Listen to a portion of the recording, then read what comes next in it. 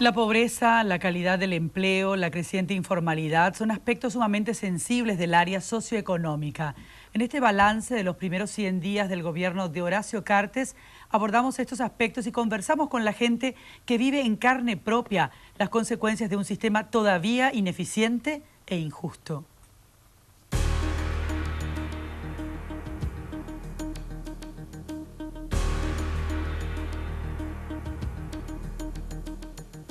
Los ingresos del sector más rico de Asunción crecieron 22,9%, muy por encima incluso del pico de expansión del Producto Interno Bruto Nacional, que fue del 15%.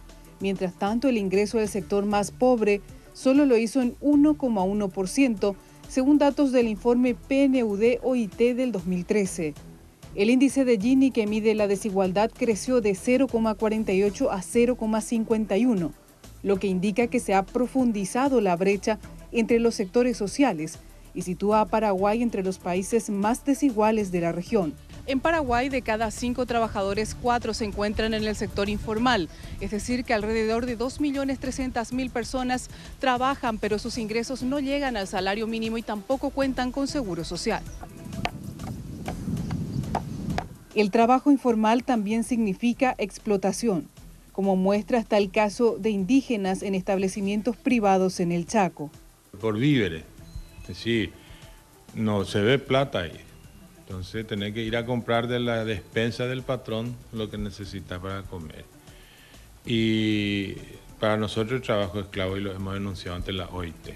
Vivir en situación de pobreza no es producto de la inactividad. La analista del CADEP, Verónica Serafini, lo explica. Los pobres extremos trabajan mucho, trabajan mal, incluyendo niños y adolescentes. El 38% de la población paraguaya vive en la pobreza y el 19% está en situación extrema, es decir, que ni siquiera llegan a cubrir sus gastos de alimentación. El gobierno de Cartes inició un programa que se denomina Sembrando Oportunidades, que consiste en la entrega de semillas y víveres por un valor total de $50 a un máximo de 100.000 familias en pobreza extrema. Estos dos programas tienen un costo presupuestado de aproximadamente $21 millones para el periodo septiembre-diciembre del 2013.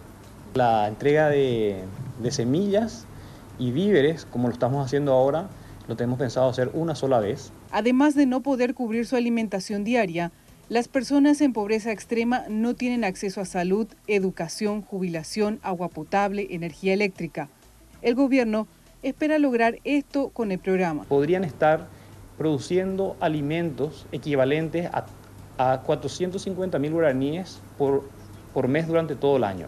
El problema de una política como esa es que no afecta a las causas de pobreza extrema. Paula es madre soltera, tiene 4 hijos. Conoce el trabajo desde los 17 años. Ya fue costurera, moza, limpiadora, estuvo en España, padeció en carne propia la violencia de género, estudió panadería, decoración e intentó culminar el 9º grado. El cáncer le impidió cumplir esta meta.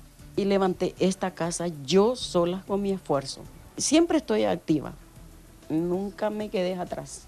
Su familia necesita al menos de 50.000 guaraníes diarios para cubrir los gastos de alimentación, transporte, estudios y lo que queda para medicamentos.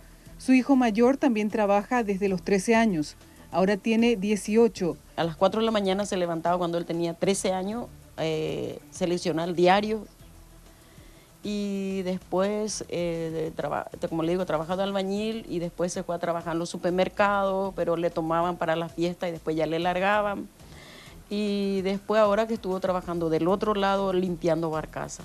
La familia de Paula es solo una del total de 350.000 que se encuentran en situación de la denominada pobreza moderada. Ellos no son beneficiarios de las políticas sociales focalizadas que implementa el gobierno. No solamente tenemos que mirar a quienes ya están en pobreza extrema, sino tratar de que no aumente la pobreza extrema, que en Paraguay está inalterada o hay años en que aumenta. Otro aspecto preocupante para los trabajadores es la pérdida del poder adquisitivo. Y según el PNUD, el salario mínimo no cubre ni siquiera el rubro de alimentación. porque una familia tipo de 4 miembros para alimentarse necesita 1.800.000 guaraníes mensual. Reclaman que no se realizan inspecciones laborales, que el ministerio actúa con excesiva lentitud a la hora de proteger los derechos de los trabajadores. Congela todos los documentos. Yo incluso en un momento dije que hay una retención dolosa de los expedientes sindicales. En todo el 2013 se realizaron unas 400 inspecciones, ninguna aún con un resultado visible, ya sea punitivo o no. El gobierno de Cartes realizó esta cantidad en sus primeros 100 días. Desde que asumimos en el nuevo gobierno, hemos realizado entre 10 y 18 inspecciones. Este ministerio, así como está, y con estas autoridades no sirve para nada. De acuerdo a las cifras oficiales, con el actual sistema tributario, de cada 100 guaraníes que recauda el fisco, 65 provienen del impuesto al valor agregado IVA, que para los sectores más pobres significa aportar el 20% de sus ingresos. Es decir, si una persona en extrema pobreza recibe 200.000 guaraníes en el marco del programa Tecoporá, esta misma persona paga al menos 40.000 guaraníes en concepto de IVA, dinero que vuelve finalmente al Estado. Tenemos que hacer un esquema tributario mucho más justo. En este momento el esquema tributario le penaliza más a los pobres extremos que a quienes están en el quintil más rico de la población. Paula Palacios, además de no ser beneficiaria de las políticas sociales dirigidas a la población en extrema pobreza, al no tener un seguro médico, está expuesta al carente servicio de salud pública. Cuando me hago la quimio no tengo que trabajar, no tengo que tocar aguja por 3, 4 días. Y yo tengo que poner el ingreso, ellos dependen de mí.